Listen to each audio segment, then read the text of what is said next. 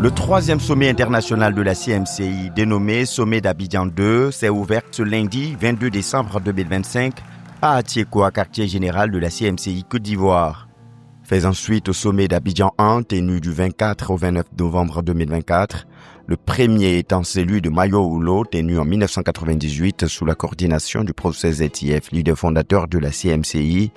Ce troisième sommet de la CMCI vise à finaliser la feuille de route devant encadrer l'exécution pratique du but des 5 prochaines années de l'œuvre dénommée but quinquennal, qui doit s'étendre de la période du 1er janvier 2026 au 31 décembre 2030.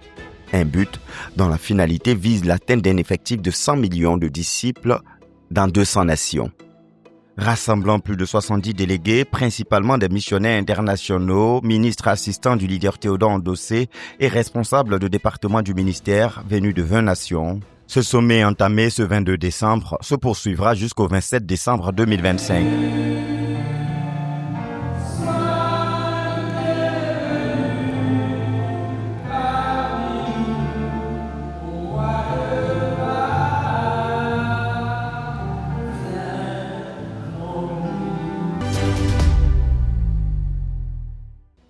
Les travaux qui seront menés et finalisés au cours de ce sommet Abidjan 2 ont été minutieusement préparés au cours d'un mini-sommet tenu du 25 au 27 novembre 2025, programme qui a rassemblé les membres du comité de suivi des réflexions préparatoires du document final devant contenir les grandes lignes du but quinquennal de notre œuvre.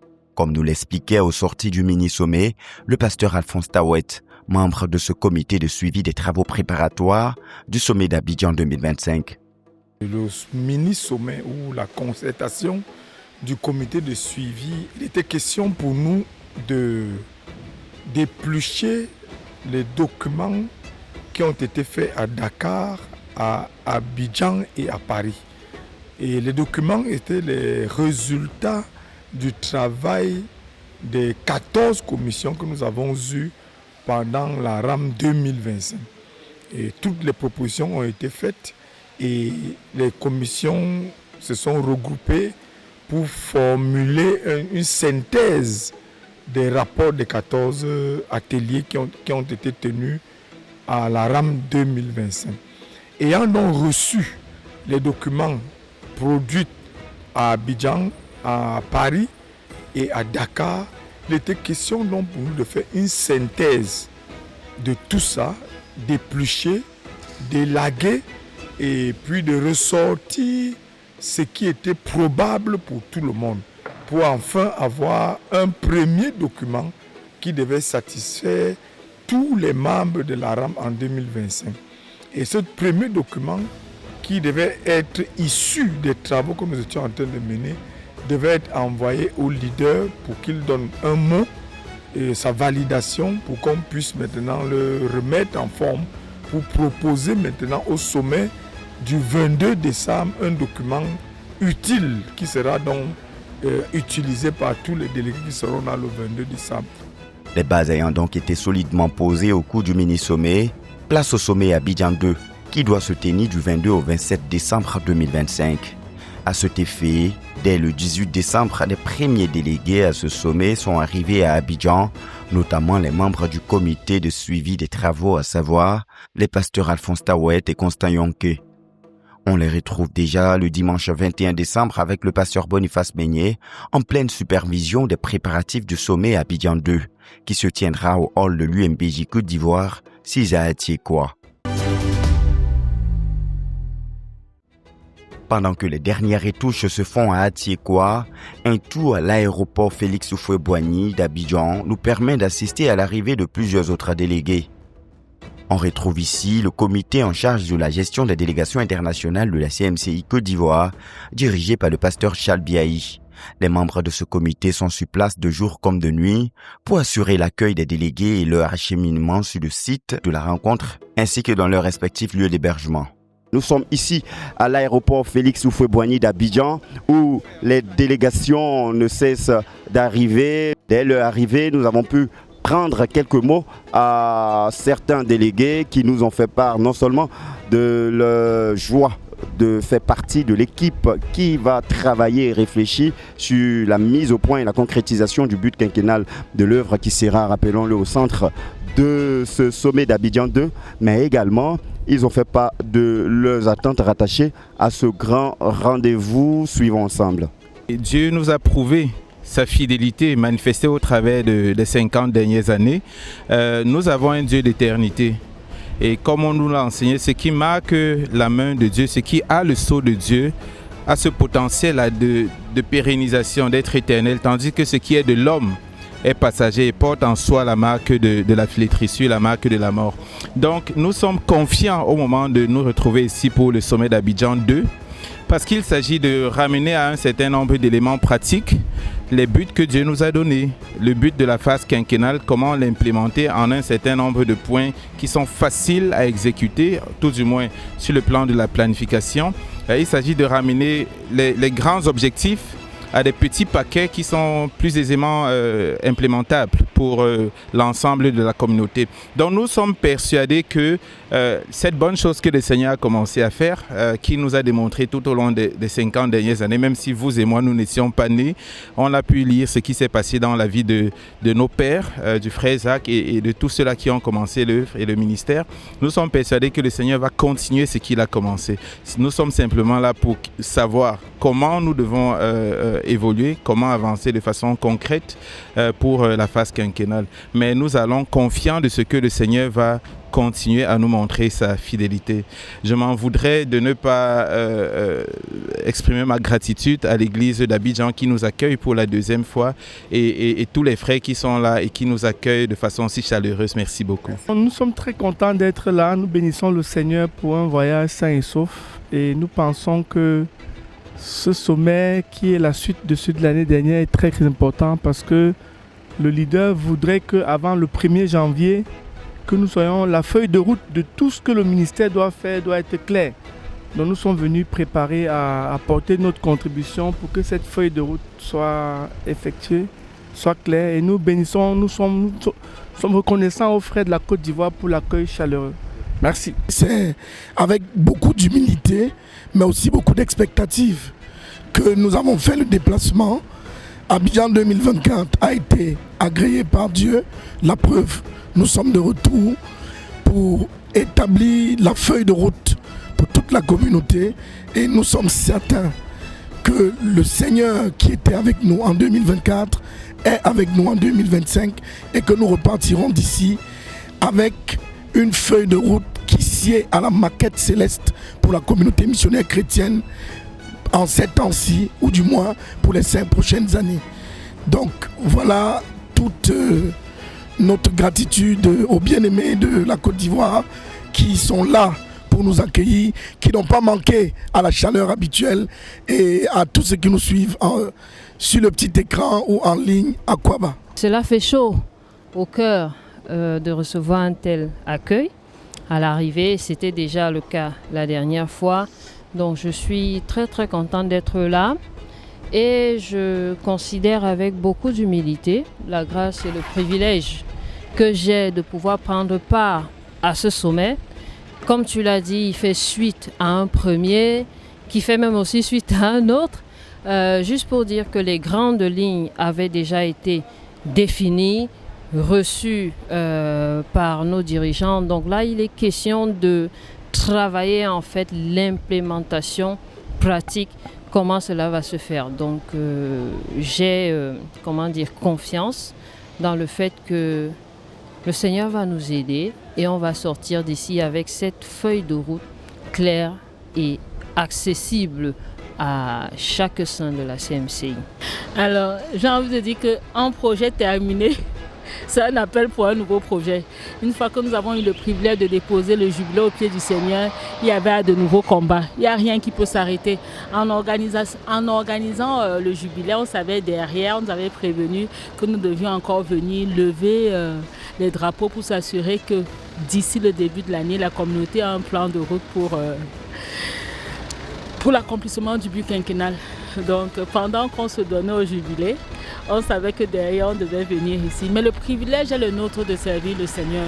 Les attentes sont aussi grandes qu'est-ce qu'on va dire? Est-ce que c'est parce qu'on est fatigué qu'on est pauvre? Mais le privilège est le nôtre. Nous sommes contents que le Seigneur fasse appel à nous. Nous sommes contents que nos dirigeants fassent appel à nous. Et nous allons nous battre pour donner le meilleur de nous-mêmes. Je suis très heureuse déjà de revenir à Abidjan pour retracer la feuille de route pour le but quinquennal. Ce qui a déjà été fait jusqu'ici, on sait où on va, on sait comment les choses vont aller, mais il faut vraiment quoi faire, vraiment exactement. Et donc cette feuille de route, pour moi, c'est quelque chose de primordial. Donc je suis très heureuse d'être là, de faire partie. Et au-delà de ça, suppliant le Seigneur qui vraiment il nous donne toute la sagesse, toute l'intelligence pour pouvoir connaître la maquette qui est sur son cœur, sur ce que toute la communauté va faire pour accomplir le but quinquennal.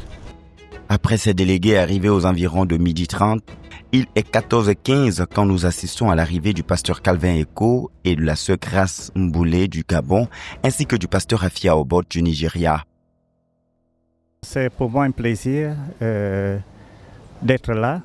Nous allons effectivement conclure sur toutes les responsabilités des uns et des autres dans le suivi des résolutions qui ont été prises pour le but quinquennal. Donc pour moi c'est un plaisir d'être là, d'être parmi les autres frères dirigeants de la communauté pour prendre part à ce sommet.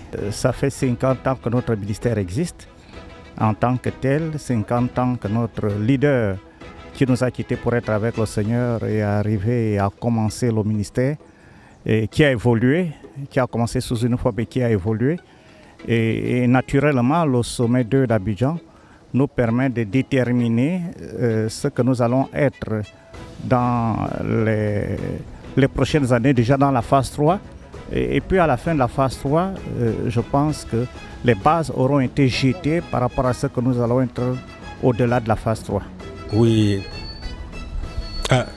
coming into Ivory Coast at this time for this summit is in respect of the phase 3 that is going to start in January, and it's very important that we put the things together and know exactly what to do. So our expectations at this meeting is very high, and I'm expecting that we'll just do our best to ensure that we come up with the final paper that we will run with in the next 5 years, to be able to give us the 200 nations and the 100 million disciple makers. So my expectations are very high. Thank you. Quelques heures après, notamment à 16h14 minutes, 4 délégués font leur arrivée, notamment les pasteurs Jean de Dieu Wati du Cameroun, Michael Nisomé de l'Ouganda, Junior Thiewo de l'Allemagne et René Enoné du Burundi. La CMC est en train de prendre une tournure très très importante et une très grande tournure. Et il faut mettre certaines nouvelles bases solides pour un bon décollage. La phase 3 pour nous est une phase plus historique que les dernières phases. Donc le sommet d'Abidjan est un sommet extrêmement décisif qui va mettre la CMCI sur des nouveaux jalons, enfin sur un tremplin pour mieux sauter dans les années à venir. Yaoundé nous a montré jusqu'à quel niveau nous pouvons faire des choses et c'est un grand encouragement. Pour moi, sortant de là, une chose est devenue essentielle, la multiplication par 20. Et je crois que ce sommet nous permettra de poser pratiquement les bases, voir pratiquement comment y parvenir. Et je crois que c'est quelque chose d'historique et il faudra qu'on y arrive. Au nom de Jésus, on y arrivera. Brother Theodore has been trying to carry us to move as a body, and we come for this summit burdened to truly move as a body. We come with a heavy responsibility, knowing that we are here not as individuals. We are here to represent the whole body, to team up together as we have started already, to ensure that as a team we can have a breakthrough, and that within the next 5 years, the 100 million that must come in will come in. And we believe that will come in because we are being welded together and we shall have a breakthrough. Le défi est réellement grand. Quand on considère le but quinquennal de passer de l'effectif autour de 7 millions actuellement à 100 millions, c'est déjà à ça que nous serons mesurés, à savoir, allons-nous vraiment arriver pendant les 5 prochaines années à atteindre l'effectif de 100 millions dans les 200 nations et tous les autres aspects relatifs au but quinquennal. Donc c'est déjà là ça que nous serons mesurés. Nous croyons le Seigneur et nous savons qu'il va nous transporter jusque-là.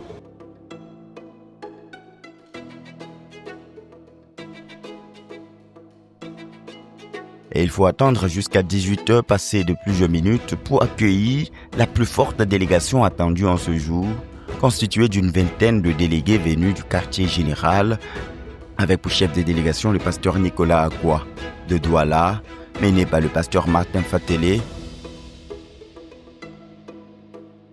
et de Yaoundé, mené par le pasteur Victor Ndossé, ainsi que du Mali avec le pasteur Jean-François Edogué, du Bénin avec le pasteur Bosun Kumabe, du Zimbabwe avec le pasteur Eric Nissomé, de l'Afrique du Sud avec le pasteur Watchman Dite, ou encore du Sénégal avec le pasteur Fidel Bakam, du Nigeria avec le pasteur Marc Adiapo, et plusieurs autres missionnaires et ministres assistants du leader Théodore Ndossé. Comme les précédents arrivés, tous ont manifesté leur joie de prendre part à ce sommet, sans manquer de souligner que ce programme va dans la ligne droite de la réponse à donner au Seigneur à travers des actions pratiques à mener pour poursuivre de plus belle le ministère du professeur ZTF dans le cinquantenaire commémoré en cette année 2025. On va sortir ici en sachant où on va et qui va faire quoi, avec les responsabilités claires. Le Seigneur va nous, comme il a déjà promis après le Jubilee, il va nous lancer encore très fort. It is an opportunity for all to be involved. So that it is saying that it is not a one man's work, but it is a work of all of us. And therefore, each one has to bring his technical know-how, his abilities for us to accomplish the goal. This big thing to do is because he has put into us the ability to do the thing. So we are very, very ready to know. Of course, we know what God wants us to do. We just come here to conclude so that each person will handle specific things. I'm sure God has put enough capacity in us to handle what he has for us. So we are ready for it. Après la célébration du jubilé, le Seigneur nous a donné une parole, disant que le jubilé continue. Donc le sommet d'Abidjan 2, c'est la suite du jubilé. Dieu nous a amenés à une autre phase, comme il a dit dans la parole qu'il nous a envoyée le 17. Et donc, le sommet d'Abidjan 2, ce n'est que la suite du jubilé. Dieu nous a introduits dans une nouvelle fourchette, dans notre ministère, dans notre service pour Dieu. Et ce sommet, ce n'est que la suite, c'est la suite du jubilé en réalité. Au jubilé, nous sommes souvenus de ce que le frère Zach a posé comme fondement. Et nous avons confronté l'avenir et l'instruction claire et simple que le Seigneur nous a donnée. 1 milliard de disciples dans toutes les 250 nations d'ici l'an 2065. Il nous faut travailler.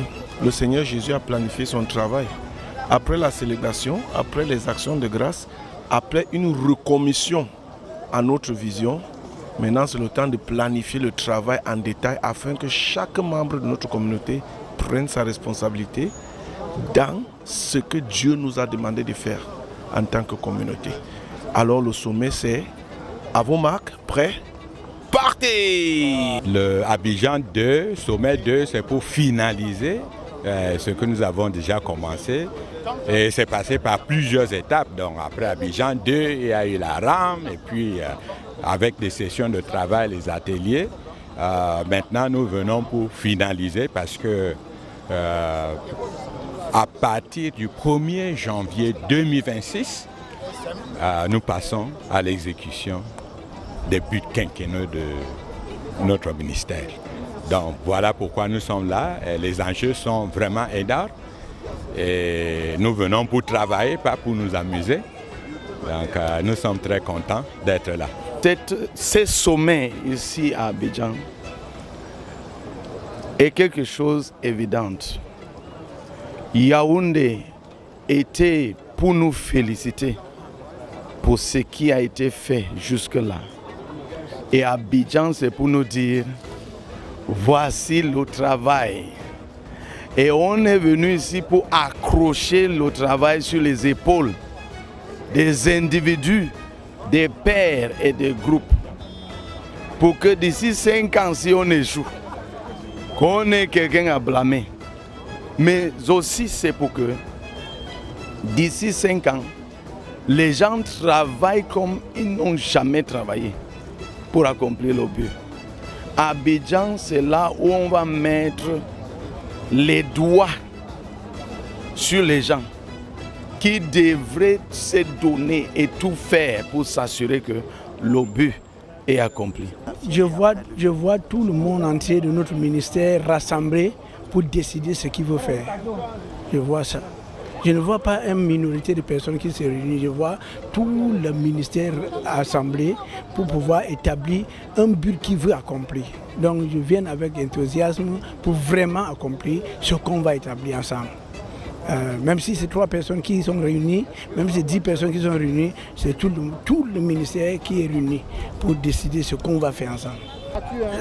Pour avoir proclamé et amené les frères à proclamer la Seigneurie de Jésus, c'était une manière d'imposer son règne, d'établir sa Seigneurie. Ça, c'était une conquête par la proclamation, par la louange. Venir au sommet, les deux sont totalement liés et fortement en synchronie. Parce que la venue au sommet, c'est pour venir travailler, comme actualiser ce qu'on a dit sur les 5 prochaines années. Oui, Jésus-Christ est Seigneur. On doit l'imposer, il doit conquérir les nations. Maintenant, dans les 5 prochaines années, qu'est-ce que nous allons faire exactement? On vient pour réviser les objectifs, les affiner, les assigner à certaines personnes bien précises qui seront responsables de leur exécution et de leur réussite. Donc les deux vont vraiment en ligne droite l'un sur l'autre.